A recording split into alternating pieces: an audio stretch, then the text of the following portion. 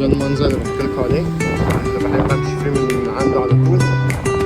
السلام عليكم، عاملين ايه؟ يا رب تكونوا كويسين. بكلمكم، معلش اسف على بشاعة المنظر بس انا في الشغل. عايز اكلمكم عن المرتبات بتبتدي ازاي وبتعملوا ايه والدنيا بتقول ايه، عشان خاطر في ناس فاكره ان المرتبات هنا بتوصل ل5000 يورو و4000 يورو. الارقام دي مش موجوده خالص.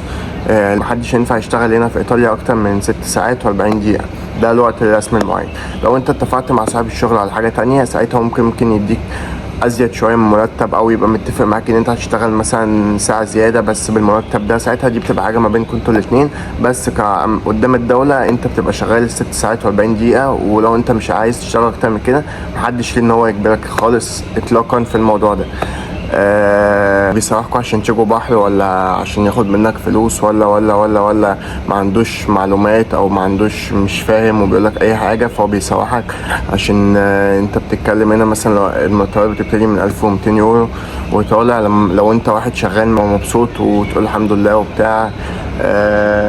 بالنسبه للسكن هنا وبتاع، انت اقل حاجه عشان تاخد لك مثلا، لو هتاخد لك مثلا سرير لوحدك هنا عايز لك بتاع حوالي ولا 350 400 يورو، وفي بيوصل ل 500 واكتر برضو، عشان بس تاخد لك سرير في اوضه، مش تأجر لك اوضه لوحدك او شقه لوحدك.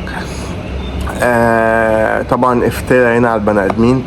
المصريين بقى عمايلهم هنا، المصريين هنا او العرب عموما يعني تجنبهم خالص، خليك في حالك. هنا زي ما قلت لكم بيبقى بتتقسم، اليوم بيتقسم. يعني لو مثلا المطاعم او مثلا اي محلات، عموما محلات معينه كلها بتشتغل بتشتغل الصبح وبتقفل بعد الظهر وترجع تفتح تاني بالليل. طبعا ده نظام غريب وحاجه غريبه مش متعودين عليها، وكل المحلات بتقفل على الساعه 8 الا المطاعم يمكن بتقعد لحد الساعه 12 او 12 ونص بالكتير. يعني الحاجه الوحيده اللي ممكن تسهر، والبارات طبعا. غير كده هتلاقي كله بيقفل من الساعه 8. الشارع هوس، مفيش حد، مفيش بني ادمين. سيستم مختلف، انت تصحى تشتغل وبعد كده تروح تاخد بريك في البيت 3-4 ساعات وتنزل تاني بالليل. بس هو كله كده عموما. بس كده ان شاء الله هوريكم الفيديو بتاع المطعم، وهوريكم الناس هنا شغاله ازاي، والاكل اللي بيطلع والحاجات اللي بنقدموها وانا بشتغل ازاي.